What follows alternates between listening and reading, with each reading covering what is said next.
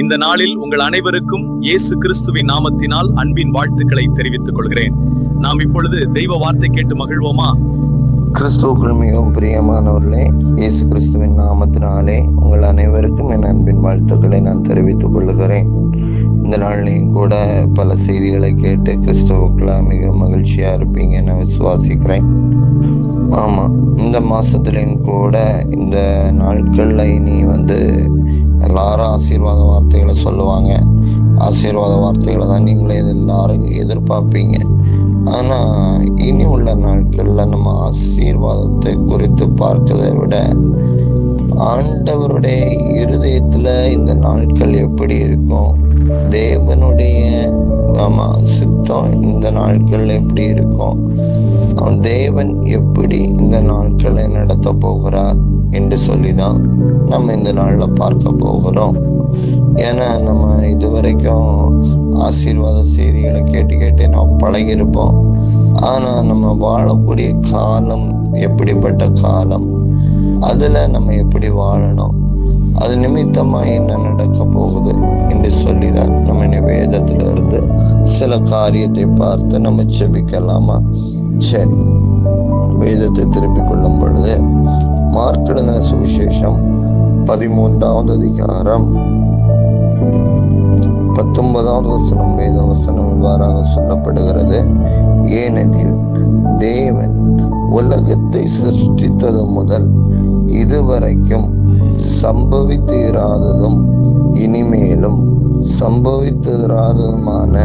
சம்பவியாததுமான உபத்திரவம் அந்நாட்களிலே உண்டாயிருக்கும் என்று ஆண்டவராய் இயேசு கிறிஸ்து சொல்கிறார். நல்ல கவனமா கவனிக்கணும்.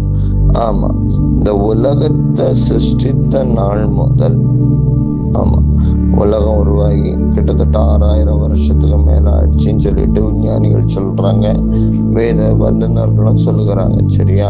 அப்படிப்பட்ட வருஷங்களுக்கு முன்னாடி இருந்து நம்ம இதுவரைக்கும் கண்டுராத, நம்ம முன்னோருடைய நாட்கள்ல, நம்ம தலைமுறைகள்ல கண்டுராத உபத்திரவங்கள் இந்த நாட்கள்ல சம்பவிக்கும். அதான் வேதவசனம் தெளிவா சொல்லப்படுகிறது.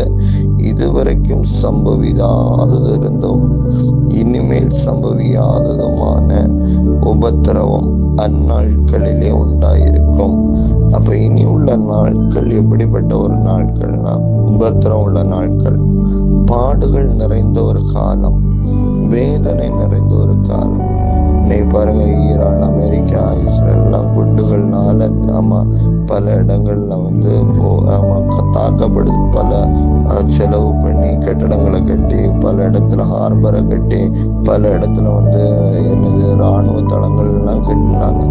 ஆனா இதுவரைக்கும் நம்ம பார்க்காத அளவுல அந்த இடங்கள் எல்லாம் அழிக்கப்பட்டு ஒரு உபத்திரவத்துக்குள்ள அந்த பகுதிகள், அங்க உள்ள ஜனங்கள், அங்க உள்ள குடும்பங்கள் எல்லாம் பாதிக்கப்பட்டு இன்னைக்கு ஒரு நேரம் ஆகாரம் இல்லாம, ஒரு நேரத்துக்கு சந்தோஷம் இல்லாம இன்னைக்கு ரொம்ப கஷ்டத்தோட இனி வாழ்ந்து கொண்டிருக்கிறாங்க. அதான் வேத வசனம் இவ்வாறாக சொல்லப்படுகிறது. வேத வசனத்துல நம்ம கவனமா கவனிச்சு பார்க்கும் போது நல்ல வசனத்தை புரிஞ்சு கொள்ளணும். அந்த வசனம் எப்படி சொல்லப்படுகிறதுனா, இனிமேல் சம்பவியாத உபத்திரவம், இனிமேல் சம்பவியாத உபத்திரவம்னா அந்த உபத்திரம்னா இனி தேசத்துல நடக்குது. அதான் நம்ம இப்ப பாக்குறோம் இல்ல. கடந்த நாட்கள்ல கூட நம்ம ஒரு வீடியோக்குள்ள நம்ம பார்த்திருப்போம். சின்ன பிள்ளைங்க குண்டு வெடிப்புனால தாய் இழந்து, தகப்பன் இழந்து, கை கால் இழந்து, குடும்பத்துல வீட்டை இழந்து, பாருங்க ஒரு நேரம் ஆகாரத்தை இழந்து ரொம்ப கஷ்டப்பட்டு வாழ்ந்து கொண்டு இருக்கிறாங்க. அப்படிப்பட்ட ஒரு நிலைமை தான், அப்படிப்பட்ட ஒரு சூழ்நிலைகள் தான் இந்த நாட்கள்ல காணப்படுகிறது. அப்ப அப்படிப்பட்ட ஒரு காலத்துக்குள்ளதான் நம்ம தள்ளப்பட்டிருக்கிறோம். வாழ்வதற்கும் நம்ம இன்னைக்கு ஆயத்தமாகி கொண்டிருக்கிறோம். பாருங்க, பூமிக்கு அடியில கூட தங்குறதற்கும் இராணுவ தளங்களை வச்சிருந்திருக்காங்க. அதை கூட இன்னைக்கு குண்டுகள் மலைகள்னால அழிக்கப்பட்டு கொண்டிருக்கிறது. ஒரு காலத்துல பூமிக்கு மேல இருந்தவங்களும் ஒரு இராணுவத்தினால தாக்கப்பட்டு, இடிக்கப்பட்டு, குண்டுகள்னால வெடிக்கப்பட்டு இன்னைக்கு சேதங்கள் ஏற்பட்ட சூழ்நிலைகள் மாறி பூமிக்குள்ள தங்கி இருந்தவங்களும் இன்னைக்கு வந்து பாதிக்கப்பட்டு அந்த தளவாடங்கள் எல்லாம் வந்து இந்த சேதமடைந்தது நம்ம இன்னைக்கு செய்திகள்ல நம்ம கேள்விப்பட்டு கொண்டிருக்கோம். அதுதான் இதுவரைக்கும் சம்பவியாத ஒரு உபத்திரவம். அந்த உபத்திரவம் தான் இந்த நாட்கள்ல நடக்கிறது என்று வேத வசனம் தெளிவாய் சொல்லப்படுகிறது. நல்ல கவனமா கவனிக்கணும் நண்பர்க்குரிய தேவனுடைய பிள்ளைங்களே. ஒரு பக்கத்துல இயேசு சொன்னது போல யுத்தங்களின் செய்திகளை நீங்கள் கேள்விப்படுவீர்கள். இந்த செய்திகளை இந்த நாட்கள்ல நம்ம கேள்விப்பட்டு கொண்டு இருக்கிறோம்.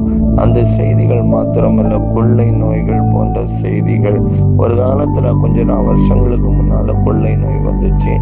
கொள்ளை நோய்கள் மூலமா லாக்டவுன் போடப்பட்டு பல விதமான நெருக்கத்தை நம்ம வந்து தேசத்துக்குள்ள சந்தித்தோம். இப்ப பாருங்க, இந்த யுத்தங்களின் செய்திகள்னால பலவிதமான நெருக்கங்கள், வேதனைகள் பட்டணங்களுக்குள்ள தெருக்களுக்குள்ள நம்ம காணப்படுகிறதுனால நம்ம லாக்டவுன் போன்ற காரியங்கள் தேசத்துக்குள்ள வருவதற்கும் வந்து சூழ்நிலைகள் வந்து மேகங்களா காணப்படுகிறது. பாருங்க, தேசத்துல பார்க்கும்போது லாக்டவுன் போன்ற காரியங்கள் வருவதற்கு காரணம் என்னன்னா, விலைவாசி உயர்வு, பொருளா அந்த டீசல் விலை உயர்வு, அந்த விலை உயர்வு, பெட்ரோல் தட்டுப்பாடு, இந்த நிமித்தமா விலைவாசி உயர்வு பார்ப்போம். இது மாத்திரமல்ல, அந்த விலைவாசி உயர்வு மாத்திரமல்ல, அந்த பெட்ரோல் டீசல் தட்டுப்பாடுனால வாகனங்கள் ஓடாதபடி தேசங்களுக்குள்ள லாக்டவுன் கொண்டு வருவதற்கும் அவங்க என்ன பண்ணி கொண்டிருக்கிறாங்க, ஆயத்தம் பண்ணி கொண்டிருக்கிறாங்க. அப்ப இப்படிப்பட்ட சூழ்நிலைகள் எல்லாம் நம்ம பார்க்கும்போது இதுவரைக்கும் சம்பவியாததும் இனிமேல் சம்பவியாததுமான உபத்திரவம், இனிமேல் சம்பவியாததுமான இதுவரைக்கும் நம்ம பார்த்திராத ஒரு உபத்திரவம், நெருக்கங்களை தான் நம்ம கேள்விப்பட்டு கொண்டிருக்கிறோம். இந்த காலம்தான் உபத்திரவத்தின் காலம். உபத்திரவத்தின் ஆரம்பத்தின் காலம் கூட சொல்லலாம். உபத்திரவத்துக்கு முன்பாக உள்ள காலம், அல்லட்டா உபத்திரவத்தின் காலம், அல்லட்டா உபத்திரவத்தோட மத்தியின் காலம், அது எப்படி வேணாலும் நீ நினைத்து கொள்ளலாம். ஆனா இதெல்லாம் ஒரு சாம்பிள் தான். அப்போ இப்படிப்பட்ட சூழ்நிலைகள்ல வேத வசனம் தெளிவாய் சொல்லப்படுகிறது. இந்த காரியத்தை முன்னிட்டு தான் ஆண்டவராய் இயேசு கிறிஸ்து சொல்றாரு. அந்த மத்தேயு மார்க்ல சுவிசேஷம் 13வது அதிகாரம் 23வது வசனத்துல, நீங்களோ எச்சரிக்கையா இருங்கள், இதோ எல்லாவற்றையும் முன்னதாகவே நான் உங்களுக்கு அறிவித்திருக்கிறேன். அப்போ அந்த உபத்திரம் வரப்போகுதுன்னு சொல்லிக்கிட்டு நான் உங்களை முன்னதாகவே அறிவித்திருக்கிறேன். பாருங்க, இந்த நாட்கள்ல பல காரியங்கள் தேசங்களை சுற்றிலும் நடந்து கொண்டிருக்குது. நம்ம இன்னைக்கு பாரப்பட வேண்டிய ஒரு காலம். இன்னைக்கு இந்த உலக நாடுகள்ல யுத்தங்கள் நடக்குதுன்னு சொன்னேன்ல, அந்த நாடுகள்ல பாத்தீங்கன்னா சின்ன பிள்ளைங்க இன்னைக்கு தவித்து அழுது புலம்பி கொண்டிருக்குது. நம்ம எல்லாம் பாருங்க, நம்ம பிள்ளைங்கள் இடத்துல செல்போனை கையில கொடுத்து சந்தோஷப்பட்டா, பிள்ளைக்கு செல்போன் இல்லைன்னா என்னது சாப்பிடாது, தூங்காது, அழும், இப்படிப்பட்ட காரியம் நடக்குது. ஆனா அங்க செல்போன் இல்லாம இல்ல, குழந்தைங்க அழுறது, குண்டு சத்தத்தை கேட்டு அவங்க அழுது கொண்டு இருக்கிறாங்க. அப்பா அம்மாவை இழந்து அவங்க அழுது கொண்டு இருக்கிறாங்க. வீடுகளை இழந்து அவங்க அழுது கொண்டு இருக்கிறாங்க. சரீரங்களை காயப்பட்டு இன்னைக்கு அவங்க அழுது கொண்டு இருக்கிறாங்க. குண்டுனால காயப்படுத்தப்பட்டு, செவரடிந்து காயப்படுத்தப்பட்டு. பாருங்க, அப்ப இதை குறிச்செல்லாம் இன்னைக்கு நமக்கு தேசத்துல நடக்கக்கூடிய சம்பவங்களை வந்து முன்னதாகவே யுத்தங்களின் செய்திகளின் மூலமா கேள்விப்படுவீர்கள் என்று சொல்லி இயேசு சொல்லியிருக்கிறார்ல. அன்புக்குரிய தேவனுடைய பிள்ளைங்களை, இந்த காலத்துலதான் நம்ம எப்படி இருக்கணுமா, எச்சரிக்கையா இருக்கணும். அப்ப எச்சரிக்கையா இருக்கிற பிள்ளைங்க எப்படி வாழ்வாங்க என்று சொல்லி பார்க்கும்போது வேதவசனம் இவ்வாறாக சொல்லப்படுகிறது. எச்சரிக்கையா இருக்கிற தேவனுடைய பிள்ளைங்க வேதவசனத்தின்படி பார்க்கும்போது, நீங்க மார்க்ல சுவிசேஷம் 13வது அதிகாரம் 33வது வசனம் இவ்வாறாக சொல்லப்படுகிறது. அக்காலத்தை நீங்கள் அறியாதபடியினால் எச்சரிக்கையாயிருங்கள். விழித்திருந்து ஜெபம் பண்ணுங்க. அப்ப எச்சரிக்கையா இருக்கிற பிள்ளைங்க என்ன செய்யணுமா? விழித்திருந்து ஜெபம் பண்ண வேண்டும். தேசத்துக்காக, ஜனங்களுக்காக, அழிந்து போகிறவங்களுக்காக, குண்டடிகள்னால பாதிக்கப்படுகிறவங்களுக்காக, பாவம் பெறுகிற காரியங்களுக்காக, தேவ கோபங்கள் தேசங்களுக்குள்ள சூழ்ந்திருப்பதற்காக, நாம இதற்கெல்லாம் நம்ம என்ன செய்யணும்? ஜெபிக்க வேண்டும். நம்ம தேவனுடைய பிள்ளைங்க ஜெபிக்கதான் தேவன் சில காரியங்களை தடை பண்ண முடியும். ஏன்னா நம்ம வாழக்கூடிய காலம் கடைசி காலம், உபத்திரவத்தின் காலம். அந்த உபத்திரவத்தின் காலத்துல நம்ம என்ன செய்யணும்? ஜெபிக்கணும். ஏன்னா இந்த உபத்திரவத்தின் காலத்துல ஒரு பக்கத்துல அழிவுகள் அதிகமா இருந்தாலும், இன்னொரு பக்கத்துல பிசாசானவனுக்கு கொஞ்ச காலம் கொடுக்கப்பட்டிருக்கிறது என்று சொல்லி அவனும் எவனை விழுங்கலாம் என்று சொல்லி கர்ச்சிக்கிற சிங்கத்தை போல விழுங்க வகை தேடி கொண்டிருக்கிறான். நல்லா கவனமா கவனிக்கணும். அப்ப அப்படிப்பட்ட ஒரு சூழ்நிலையில ஒரு தேவ பிள்ளை என்ன செய்யணும்னா, நம்ம விழுங்குறது யார நம்ம விழுங்கிடக்கூடாது.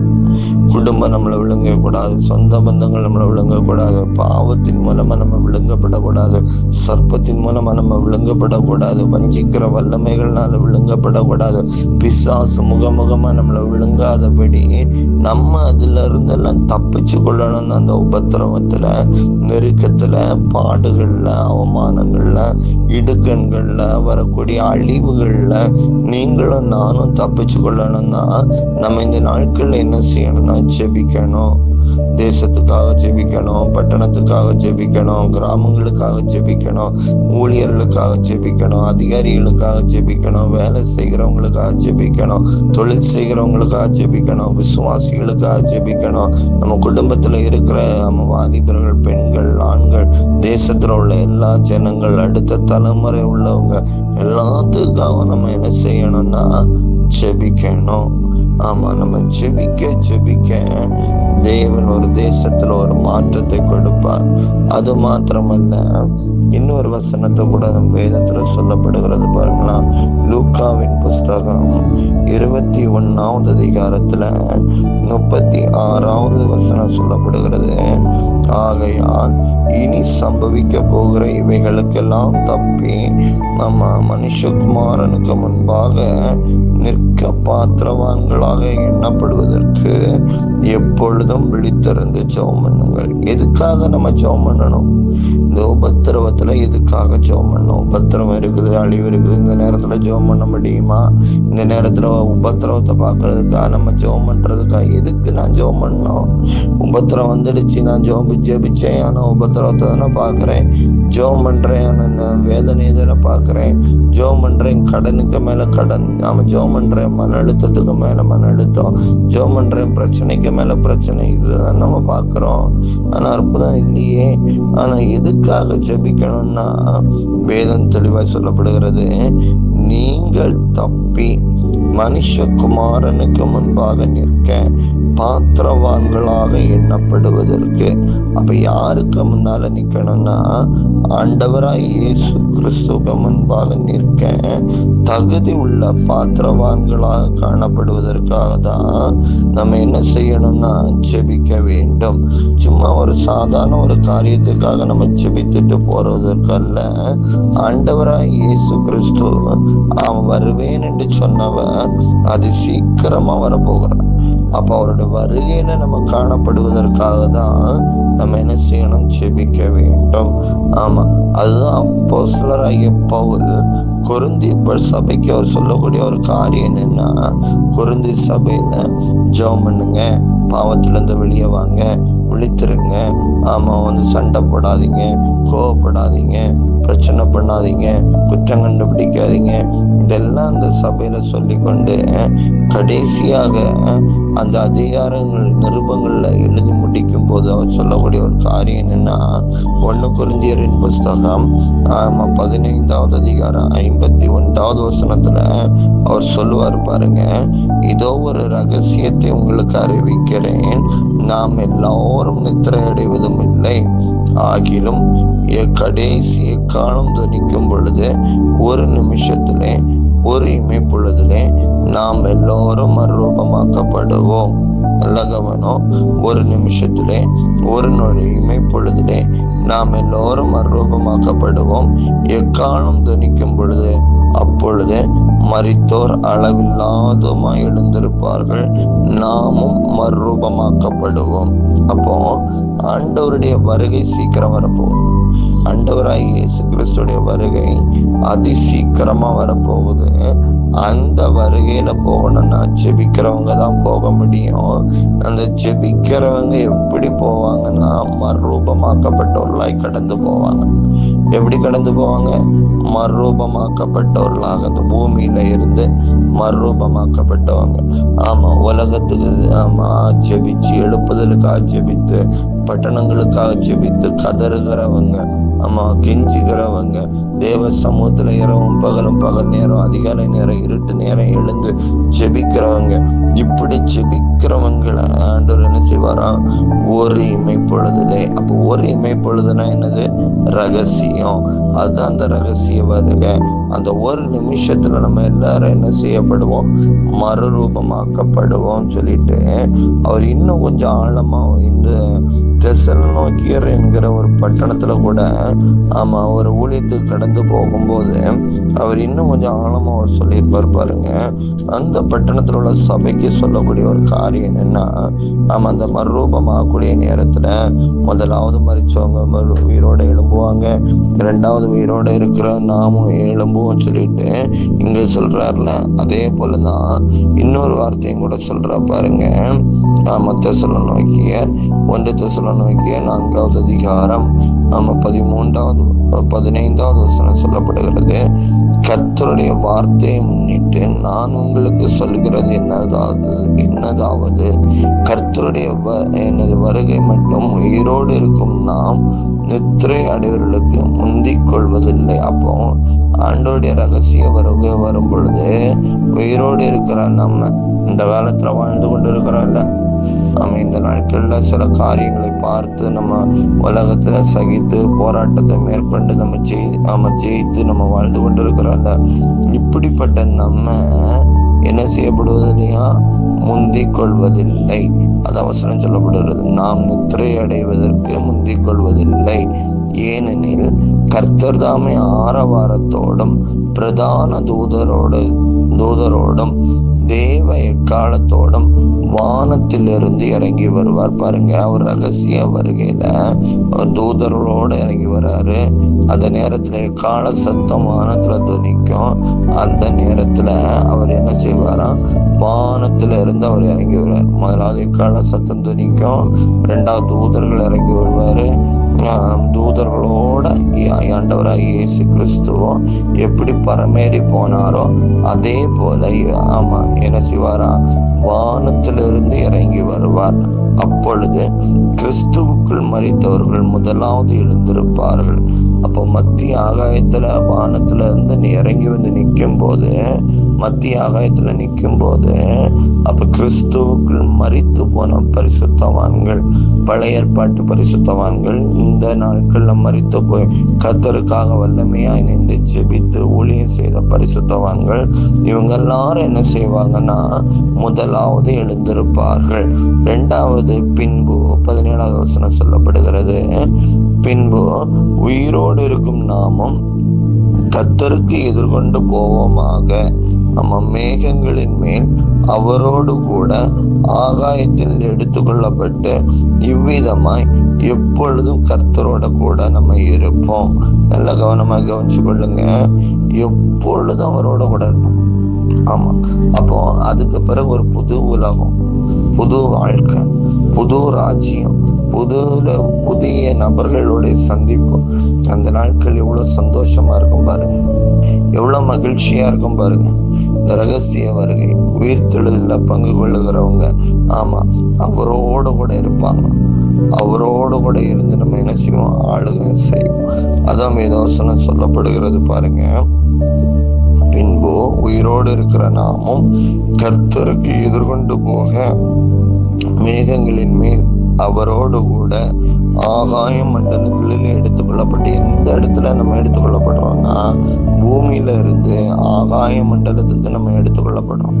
ஆண்டவர் எங்க வந்து ஏசப்பா எங்க வந்து நிற்பாங்கன்னா வானத்துல ஆகாய மண்டலத்துல வந்து நிற்கும் போது அவர் நிக்கிற இடத்துக்கு நம்ம என்ன செய்யப்படுவோம், எடுத்துக்கொள்ளப்பட்டு இவ்விதமாய் எப்பொழுதும் கர்த்தராகிய இயேசு கிறிஸ்துவோடு நாம் என்ன செய்வோம், சந்தோஷமா இருப்போம். அப்போ இவ்விதமாய் நம்ம என்ன செய்வோமோ சந்தோஷமா இருப்போம். அடுத்த வசனம் சொல்றோம், ஆகையால் இந்த வசனத்தினாலே நீங்கள் ஒருவரை ஒருவர் என்ன செய்யணும், தேற்றணும். இப்ப நல்லா கவனமா கவனிக்கணும் தேவனுடைய பிள்ளைங்களே. இப்ப நம்ம ரகசிய வருகையில இப்ப எடுத்துக்கொள்ளப்பட்டாச்சு. இப்போ ஒரு புதிய வானம் புதிய பூமியில பெய்யாச்சு. இப்ப ஆண்டவர் நம்மள ரகசிய வருகையில கொண்டு போன பிறகு இப்போ அந்த ரகசிய வருகையில நம்ம இங்க இருந்து அங்க போன பிறகு நம்ம எப்படி இருப்போம்? ஆசை இருக்குதா? தெரிஞ்சுக்கொள்ள ஆசையா இருக்குதா? நம்ம உயிர்த்தெழுதல்ல பங்கு கொண்டவங்க அந்த இடத்துல எப்படி இருப்பாங்க? உயிர்த்தெழுதல்ல பங்கு பெற்றவங்க, ரகசியவர்களை நல்லா ஜெபம் பண்ணி கர்த்தருக்காக வைராகியமா நிக்கிறவங்க, ஊழியம் பண்ணுகிறவங்க, இவங்க தான் இந்த உயிர்த்தெழுதல்ல எக்காலம் துணிக்கும் போது மத்திய ஆகாயத்துல தேவதூதர்களோடும் சிங்காசனத்துல வீற்றிருக்கிற ஆண்டவராகிய இயேசு கிறிஸ்து வந்து என்ன செய்வாரு, நம்மளை கூட்டிட்டு போக வெள்ள குதிரையில வந்து என்ன செய்வாரு, சிங்காசனத்துல இருக்கிறவர் வெள்ள குதிரையில வந்து நம்மளை என்ன செய்வாரு, மத்திய ஆகாயத்துல வந்து நிற்கும் போது யார் யாரெல்லாம் அவருக்கு பிரியமா இருக்கிறாங்களோ அவங்கள எல்லாத்தையும் என்ன செய்ய போறாரு, கூட்டி கொண்டு போக போறாரு. அப்போ கூட்டி கொண்டு போன பிறகு அந்த இடத்துல நம்ம எப்படி இருப்போம் அது நம்ம தெரிந்து கொள்ளணும் தேவனுடைய பிள்ளைங்களே. இன்னைக்கு அதுதான் நம்ம தெரியல. இன்னைக்கு அது நம்ம தெரிஞ்சிட்டோம்னா நம்ம லைஃப் ஸ்டைலே மாறிடும். அந்த விஷயம் நமக்கு தெரியல. நம்ம இப்ப நல்லா சம்பாதிக்கணும், நல்லா வாழணும், நல்லா வந்து பணம் சேர்க்கணும், நல்லா குடும்பத்தை பார்க்கணும், நல்லா வந்து சாப்பிடணும், இப்படிதான் நம்ம நினைக்கிறோம். ஆனா இதுக்கு பிறகு ஒரு வாழ்க்கை இருக்குது. அந்த வாழ்க்கையில ரட்சிக்கப்பட்டவங்க, பரிசுத்தவங்க, பாவ மன்னிப்பினால மீட்டெடுக்கப்பட்டவங்க, அந்த இடத்துல இருக்கிறவங்களுடைய வாழ்க்கை எப்படி இருக்கும், அந்த இடத்துல அப்படிதான் நம்ம இருப்போம். நான் விசுவாசிக்கிறேன் நம்ம எல்லாரும் அந்த இடத்துல இருப்போம். இந்த வார்த்தையை செய்தியை கேட்டுக்கொண்டு இருக்கிற ஒவ்வொரு தேவனுடைய பிள்ளைகளும் நம்ம எங்க இருப்போம், ரகசிய வருகையில பங்கு கொள்ளுவோம். நான் விசுவாசிக்கிறேன். சரியா? அப்ப அங்க நம்ம எப்படி இருப்போம்னு சொல்லிட்டு பார்க்கும்போது ஆண்டவராகிய இயேசு கிறிஸ்து மத்தேயு சுவிசேஷத்துல அங்க ஒரு வசனத்தின் மூலமாக சொல்லப்படுகிறது. இந்த வசனத்தை நான் படிக்கிறேன்னு பாருங்க. மத்தேயு மார்க் எழுதின சுவிசேஷம் 12வது அதிகாரம். ஸ்தோத்திரம். மார்க் எழுதின சுவிசேஷம் 12வது அதிகாரம். அதுல ஒருத்தன் கேக்குறாங்க, ஒரு கேள்வி, ஆண்டவரே என்னன்னா எங்க வீட்டுல கணவனோ மனைவியோ மறிச்ச பிறகு ஒரு மனுஷன் இன்னொரு திருமணம் பண்ணினாலோ இல்லைன்னா கணவன் இருக்கும் போதே திருமணம் பண்ணினாலோ அப்படிதான் அது வார்த்தை இல்லை, ஆனாலும் வந்து அவங்களுடைய கேள்வி அப்படி இருக்குது பாருங்க. ஒரு வந்து ஒரு மனைவி இருந்த பிறகு, மனைவி மறிச்ச பிறகோ இல்லாட்ட மனைவி வச்சிட்டு இருக்கும் போதோ இன்னொரு திருமணம் பண்ணா, அப்போ அந்த திருமணம் பண்ண பிறகு எல்லாம் மறிச்சு போறாங்க ஒரு நாள். அப்போ ஒரு 2 பேர் 3 பேரை வச்சு அவங்க மறிக்கிறாங்க. மறிச்ச பிறகு அவங்க வந்து ஜெபம் பண்ணி ஆண்டவருக்குள்ள இருந்து மறிச்சு அவங்க உம்மிடத்துல வந்தா அவங்க வந்து அவன் ஒரு கணவனுக்கு 3 மனைவி 4 மனைவியா அங்க வந்து ஏன்னா ஒருத்தன் இறந்த பிறகு இன்னொரு 1 பொண்ணு இல்லாட்ட 2 பொண்ணு கட்டியிருக்கலாம், இல்லாட்ட ஒரு மனைவி 2 புருஷன் 3 புருஷன் வச்சு திருமணம் பண்ணி இருக்கலாம். அப்படிப்பட்ட சூழ்நிலைகள் இருந்திருக்குது. அதான் அந்த நாட்கள்ல கேட்கிறாங்க. நீங்க வேதத்தை திருப்பி கொள்ளும் பொழுது 12வது அதிகாரத்துல 20வது வசனம் சொல்லப்படி இப்படியாக 7 பேர் சகோதரர்கள் இருந்தார்கள். மூத்தவன் ஒரு பெண்ணை விவாகம் பண்ணி என்ன சந்தானம் இல்லாமல் இறந்து போனான். 2ஆம் சகோதரன் அவளை என்ன செஞ்சான், விவாகம் பண்ணான். ஆமா, இப்படி ஒவ்வொருத்தவங்களும் இறந்து போறாங்க, பிள்ளை இல்லை, இப்படிப்பட்ட சூழ்நிலைகள்ல அலட்டா விட்டு விலகி போறாங்க, இறந்துனா உலகத்தை விட்டு அலட்டா தனிமை, இப்படி ஏதோ ஒரு சூழ்நிலை. அப்ப இறந்து போறதும் தனிமையில இருக்கிறதும் ஒண்ணுதான். ஆமா, அப்போ விலகி இருக்கும் போதோ அலட்டு தான் இறந்து போய் பூமியில இல்லாம இருக்கும் போதோ, இப்ப இன்னொரு நபரை திருமணம் பண்ணும்போது அவங்க என்ன கேக்குறாங்கன்னா, 23வது வசனத்துல 7 பேரும் அவளை விவாகம் பண்ணி சந்தானம் இல்லாமல் இறந்து போனார்கள். பின்பு அந்த ஸ்திரீயும் இறந்து போனாள். 23வது வசனம், ஆகையால் உயிர்த்தெழுதலில் அவர்கள் எழுந்திருக்க கூடும் போது அவர்களில் எவனுக்கு அவள் மனைவியாயிருப்பாள்? பாருங்க, இப்போ நல்லா ஒரு கேள்வி கேட்கிறாங்க. எவ்வளவு புத்திசாலியா இருப்பாங்கன்னு பாத்துடுங்களா. அந்த அளவுக்கு அவங்க கேள்வி கேட்கறாங்க பாருங்களா. நம்ம கூட அந்த அளவுக்கு கேள்வி கேட்க முடியாது. யார்கிட்ட கேட்கறாங்கன்னா, ஆண்டவரை இயேசு கிறிஸ்துட்டே கேட்கறாங்க. எப்படி வானத்தையும் பூமியும் படைச்சுட்டு அங்க இவங்க எல்லாம் இவனுக்கு எத்தனை மனைவியா இருப்பாங்க? அவள் மனைவிகளா என்னது? எவனுக்கு அவள் மனைவியா இருப்பாள்? 7 பேரும் அவனை மனைவியாக்கி கொண்டார்களே என்று கேட்டார்கள்.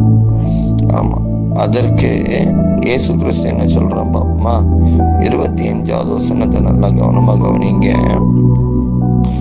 மரித்தோர் உயிர்த்தெழுந்திருக்கும் போது, மரித்தோர் அப்போ மரிச்சு போனவங்க உயிரோடு எழுந்திருக்கும் போது, அலட்டா மறுரூபமானவங்க மகிமையில அலட்டா ரகசிய வரையில போன பிறகு, அதான் சொல்லப்படும். மரித்தோர் உயிர்த்தெழுந்திருக்கும் போது, உயிர்த்தெழுதலின் பிறகு கொள்வனையும் கொடுப்பவனையும் இல்லை. அப்போ வாங்குறதோ கொடுக்கிறதோ, பிள்ளை பெற்றெடுக்கிறதோ, பிள்ளை பெறாம வாழ்கிறதோ, இதெல்லாம் அங்க இருக்காது. என்னது? இப்படிப்பட்ட ஒரு வாழ்க்கை அங்க அவங்களுக்கு இருக்காது. யாருக்கு? ரகசிய வருகையில போகிறவங்களுக்கு மட்டும்தான். நல்ல கவனம், எல்லாத்துக்கும் கிடையாது. அதுவும் முதல்ல சொல்லிட்டேன். இது ரகசிய வருகையில போகிறவங்களுக்கு மட்டும்தான். இவங்க எப்படி இருப்பாங்களா? கொள்பவனே இருக்க மாட்டாங்க, வாங்கவும் செய்ய மாட்டாங்க, விற்கவும் செய்ய மாட்டாங்க, பெண் எடுக்கவும் செய்ய மாட்டாங்க, பெண் கொள்ளவும் செய்ய மாட்டாங்கன்னா, ஆண்களை திருமணம் பண்ண மாட்டாங்க, பெண்கள் திருமணம் பண்ணாம அப்படி இருப்பாங்க. எப்படி இருப்பாங்க நீங்க பார்க்கும்போது, அவர்கள் பரலோகத்தில் இருக்கிற தேவ தூதர்களை போல இருப்பாங்க. யாரு? ரகசிய வருகையில போகிறவங்க, ஜெபித்து ஆண்டவருடைய வருகைக்கு ஆயத்தப்படுகிறவங்க. அவங்க எப்படி இருப்பாங்களாம்? தேவ தூதரை போல இருப்பாங்களாம். நல்ல கவனம். அப்ப இன்னைக்கு நம்ம தேவ தூதர்ல முதல்ல நம்ம பார்த்திருக்கிறோமா? உண்மையிலே நீங்க பார்த்திருந்தீங்கன்னா, அவங்க ஜெபிக்கும் போது ஆவிக்குரிய கண்கள் திறக்கப்பட்டு நம்ம சில காரியங்கள், தேவ தரிசனங்களை உண்மையிலே நம்ம பார்த்திருந்தா, சில காரியங்களுக்கு மேல நாட்டம் வராது, ஆசை இருக்காது. எப்பண்டா இந்த பூமியை விட்டு எனக்கு பரலோகத்துக்கு போகணும், எப்பண்டா இந்த தேகத்தை விட்டு செல்லணும்னு சொல்லிட்டு பவுல் ஆசைப்படுறார். அந்த தேகத்தை விட்டு பிரிய நான் ஆசையா இருக்கிறேன் சொல்லிட்டு பவுல் அடிகளார் கலாத்தியர்ல சொல்லுவார். அதே போல நம்மளும் எப்போ இந்த தேகத்தை விட்டு, இந்த சரீரத்தை விட்டு எப்போ இந்த இடத்துல இருந்து போவோம், அந்த ஆசைதான் வரும். யாருக்கு? நம்ம ஆண்டவருடைய ராஜ்யத்துல தேவதூதர்ல போல இருக்கணும்னு சொல்லிட்டு விரும்புகிறவங்களுக்கு இப்பமே என்ன ஆசை இருக்கான்னா, எப்பண்டா இந்த சரீரத்தை விட்டு நம்ம தேவதூதர்ல போல பரலோக ராஜ்யத்துல ஆண்டவரோட கூட நம்ம சந்தோஷமா சமாதானமா இருக்க முடியும். ஏன்னா அந்த ராஜ்யத்துல சந்தோஷம் உண்டு, சமாதானம் உண்டு, நித்திய மகிழ்ச்சி இருக்கும். அந்த ராஜ்யத்துல வெயில் இருக்காது, மழை இருக்காது, பனி இருக்காது. அந்த ராஜ்யத்துல நம்ம பார்க்கும் பொழுது அந்த ஒளியாகிய சூரியனாகிய இயேசு கிறிஸ்து அந்த பூமியில அலட்டாதவர் இருக்கக்கூடிய ராஜ்யத்துல இல்லைன்னா வசிக்கக்கூடிய அந்த பூமியில என்ன செய்வாரா? ராஜாதி ராஜாவா வாசம் செய்வார். பாருங்க, மனுஷங்களுக்காக அவர் என்ன செஞ்சாரு? பூமிக்கு மனிதர்களை படைச்சி மனுஷர்களுக்காக ரத்தத்தை சிந்தி, ஆமா, அந்த ரத்தத்தால கழுவப்பட்டவங்க பாவ மன்னிப்பு பெற்றவங்க ஜெபிக்கிறவங்களா மாறின பிறகு ஜெபிக்கிறவங்களை என்ன செய்யறாரு? வருகையில கூட்டி கொண்டு போறாரு, ரகசிய வருகையில. அப்ப அந்த ரகசிய வருகையில அவங்க போகும்போது நல்லா கவனமா கவனிக்கணும். இந்த வசனம் தெளிவாய் சொல்லப்படுகிறது, கவனிங்க. ஆமா, இந்த இடத்துல ரகசிய வருகையில போயிட்டோம்னா நம்ம எப்படி இருப்போமா? பரலோகத்துல இருக்கிற தேவ தூதர்களை போல இருப்போம். எப்படி இருப்போம்? பரலோகத்துல இருக்கிற தேவதூதர்கள் எப்படி இருப்பாங்க? சேட்டைகளை வச்சுட்டு வேற கிளம்பி பறப்பாங்க. தேவதூதர்கள் தூதுகளை கொண்டு போவாங்க. தேவதூதர்கள் பல பணிகள் இருக்கு. எதுக்கு தேவதூதர்ல போல இருப்பாங்க? ஏன் தேவதூதர்ல போல இருப்பாங்க? நம்ம எதனால ஆண்டவர் தேவதூதர்ல போல அங்க போய் மாற்றார்? அதுவும் நம்ம தெரிஞ்சிருக்கணும்ல. இந்த பூமி உருவாவதற்கு முன்னாலே அவர் இந்த பூமியில இந்த பரலோக ராஜ்யம் இருக்குல்ல, அந்த பரலோக ராஜ்யத்துல லூசிபர்னு சொல்லிட்டு ஒரு தேவதூதர் கூட்டம் இருந்துச்சு. அது தேவதூதர் கூட்டம் நல்ல அழகாக இருந்தாங்க. ஆமா, அந்த ரகசிய இடங்கள், தேவன் உலாவக்கூடிய அந்த ரகசிய இடங்களுக்கெல்லாம் போனாங்க. தேவன் ஆராதிக்கிற ஒரு கூட்டமா இருந்தாங்க. ஆமா, அது ஒரு நாள்ல என்ன நடந்துச்சுன்னா, நான் தேவனா இருப்பேன்னு சொல்லிட்டு அந்த லூசிபருடைய பிரதான தலைவன், அந்த குழுவில் உள்ள பிரதான தலைவன் நான் தான் ஆண்டவருக்கு முன்னாலே ஏறுவேன், வட திசையில கடந்து போவேன், ஆராதனை ஸ்தலத்துல நான் தான் உன்னதத்துல இருப்பேன்னு சொல்லி அந்த லூசிபருக்கு அந்த பெருமை உண்டான நிமித்தம் அவன் என்ன செய்யப்பட்டான்? மேல இருந்து கீழே தள்ளப்பட்டு அலைந்து போகிற தூதராக, விழுந்து போன தூதராக, இந்த எல்லா வல்லமைகளையும் இழந்து பரலோகத்தில இருந்து தள்ளப்பட்ட தூதராக அங்கங்கு உலாவி கொண்டிருக்கும் போது அந்த தூதனுக்கு நியாய தீர்ப்பு கொடுக்கல. அந்த தூதன் நியாய தீர்ப்பு கொடுக்காம இருக்கும்போது ஆண்டவர் என்ன செய்யறாரு? பூமியை படைக்கிறாரு. பூமியை படைத்து அந்த பூமியில மனுஷர்களை படைக்கிறாரு. அந்த மனுஷர்களை பார்த்த உடனே இந்த பிசாசு என்ன பண்ணுச்சு? அலைந்து கொண்டிருந்த தூதன் சர்ப்பமாக வெளிப்பட்டு ஆண்டவர் படைத்த முதல் சிருஷ்டியை வஞ்சிச்சு. ஆதாமேவாள் அந்த வஞ்சிச்சு பாவத்துக்குள்ள தள்ளி, சாபத்துக்குள்ள தள்ளி, தோட்டத்தை விட்டு என்ன செய்யப்பட்டுச்சு? புறக்கணிக்க வச்சிச்சு. இன்னைக்கும் தேவனுடைய பிள்ளைங்க சபைக்கு போக முடியல, தேவனுக்காக வாழ முடியல. இப்படி போன்ற பல காரியங்கள் இன்னைக்கு நம்ம தேவ ஜனங்களா இருக்கிறவங்க, தேவன் அறியாதவங்களா இருக்கிறவங்க வாழ்ந்து கொண்டு இருக்கிறாங்க. ஏன்னா கண்கள் குரடாக்கப்பட்டு, பிசாசினால வஞ்சிக்கப்பட்டு, விழுந்து போன தூதனால வஞ்சிக்கப்பட்டு தேவ ஜனங்கள் இன்னைக்கு பின்வாங்கி போயிருக்கிறாங்க. ஆண்டவரை அறிஞ்சு கொள்ளவங்க, ஆண்டவரால உருவாக்கப்பட்டவங்க இன்னைக்கு இயேசு கிறிஸ்துவ மகிமைப்படுத்தாம இன்னைக்கு உலகத்துக்குள்ளேயும் ஏதோ ஒரு பாவத்துக்குள்ளேயும் ஏதோ ஒரு வியாபாரத்துக்குள்ளேயும் ஏதோ ஒரு காரியத்துல அவங்க அடிமைப்பட்டு அதுக்கு நேரா பின்னாலேயே போய் கொண்டு இருக்கிறாங்க. அரசியலுக்கு அடிமைப்பட்டு, மனுஷனுக்கு அடிமைப்பட்டு பின்னாலேயே போய் கொண்டு இருக்கிறாங்க. ஆனா இப்படி ஜனங்களை ஒரு கூட்டத்தை வஞ்சித்து கொண்டிருக்கிற வேளையில ஜெபிக்கிறவங்களை தேவன் தெரிந்து கொண்டு இப்ப மேல இருந்து விழப்பட்ட அந்த லூசிபர் இருக்கிறான அந்த விழுந்த ஸ்தலத்துல தேவதூதர்களாக மாற்றப்பட்ட நம்மளை அந்த இடத்துல கொண்டு போய் அவருக்கு பிரியமாக அவரோடு கூட நடக்க, அவருடைய ரகசியங்களை அறிஞ்சு கொள்ள, அவருடைய நாமத்தை மகிமைப்படுத்த, அதற்காக தேவன் நம்மளை என்ன செய்யறார்? மண்ணுல இருந்து உருவாக்கி அவருடைய ரத்தத்தால கழுவி பரிசுத்தப்படுத்தி நம்மளை நம்மளை மன்னித்து நம்மளை என்ன செஞ்சாரு?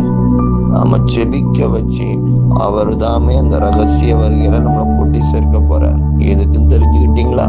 தேவதூதர்ல போல இருக்கவும் அந்த விழுந்து போன அந்த லூசிபர் இருந்த ஸ்தானத்துல தேவ சேனை, அவர் விரும்புகிற சேனை, அவர் விரும்புகிற கூட்டம், அவர் விரும்புகிற எண்ணிக்கை அந்த இடத்துல வருவது வரைக்கும் அவர் தாமதமாகிட்டே இருக்கிறார்.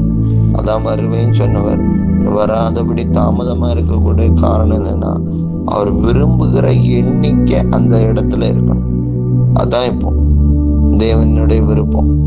அப்ப அவர் விரும்புகிற எண்ணிக்கை இந்த பூமியில நிறைவேறின உடனே அவருடைய ரகசிய வருகை வரப்போகும்.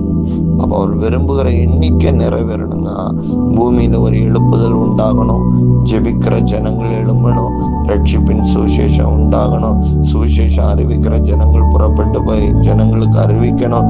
இதெல்லாம் நம்ம செய்ய ஆரம்பிக்கும் போது, இங்க புதிய புதிய ஜனங்கள் எழும்பும் போது, அவர் விரும்புகிற தலைமுறை, விரும்புகிற எண்ணிக்கை பரலோகம் முழுவதும் நிரப்பப்படுகிறத பார்க்கும் போது, ஒரு நாள் திடீர்னு எக்காலம் துணிக்கக்கூடிய சத்தம் கேட்கும். இப்ப மரிச்சவர்கள் முழுவதும் எழும்புவாங்க, உயிரோடு இருக்கிற நாம எழுந்து கொள்ளுவோம். நிச்சயமா பரலோகத்து ராஜ்யத்துல நீங்களும் நானும் சந்திப்பேன் தேவனுடைய பிள்ளைங்களே. அதனால இன்னைக்கு நீங்க இருக்கிற சூழ்நிலையை பார்த்து நீங்க சோர்ந்து போகாதீங்க. உங்க வீட்டுல உள்ள சூழ்நிலைகளை பார்த்தோம், உங்க வாழ்க்கையில் உள்ள சூழ்நிலைகளை பார்த்தோம், உங்க குடும்பத்தில் உள்ள பிரச்சனைகளை பார்த்து சோர்ந்து போகாதீங்க. அதுக்கு பதிலா நீங்க தனிப்பட்ட விதத்துல ஜெபம் பண்ணுங்க. ஆமா, நேரம் கிடைக்கிற வேளையில ஜெபம் பண்ணுங்க. வாகனத்துல போகும் பொழுது வரும் பொழுது ஜெபம் பண்ணுங்க.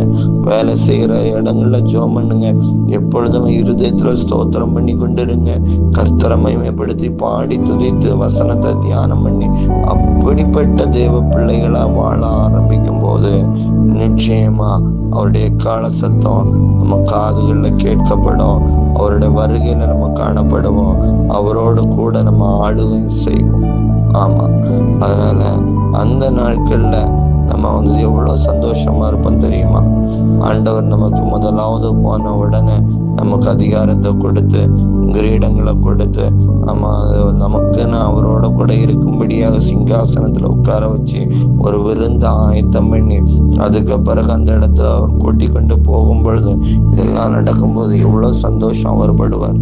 இவங்களுக்காக தானே நான் இத்தனை வருஷ காலமா காத்திருந்தேன், இவங்களுக்காக தானே அன்பு பிள்ளைங்களுக்காக இவங்க வருவாங்கன்னு சொல்லி இவ்வளவு நாளா காத்திருந்தவங்க வந்திருக்கிறாங்கன்னு சொல்லி அவரும் ஒரு பக்கத்துல சந்தோஷப்படுவாரு, இன்னொரு பக்கத்துல மறுரூபமாக்கப்பட்ட நாமும் சந்தோஷமாய் அவரோடு கூட வாழ்வோம். அதனால தேவனுடைய பிள்ளைங்களே, உபத்திரவ காலத்தை குறித்து பயப்படாதீங்க, தைரியமா இருங்க. வரப்போற காலத்தை நீங்க அறிந்து கொண்டீங்க. நீங்க அறிந்து கொண்டவங்க கிறிஸ்துவுக்காக வாழுங்க. கிறிஸ்து தாமே உங்களை ஆசீர்வதிப்பாராக. எல்லாரும் கண்களை மூடி நம்ம ஜெபம் பண்ணலாமா? பரிசுத்த நல்ல தகப்பனே, நீர் எங்களோட பேச இருக்கிறீங்க. இந்த பேசின வார்த்தையின்படியாக எங்க வாழ்க்கை அப்பா காணப்படும்படியாக நாங்கள் ஒப்பு கொடுக்கிறோம்.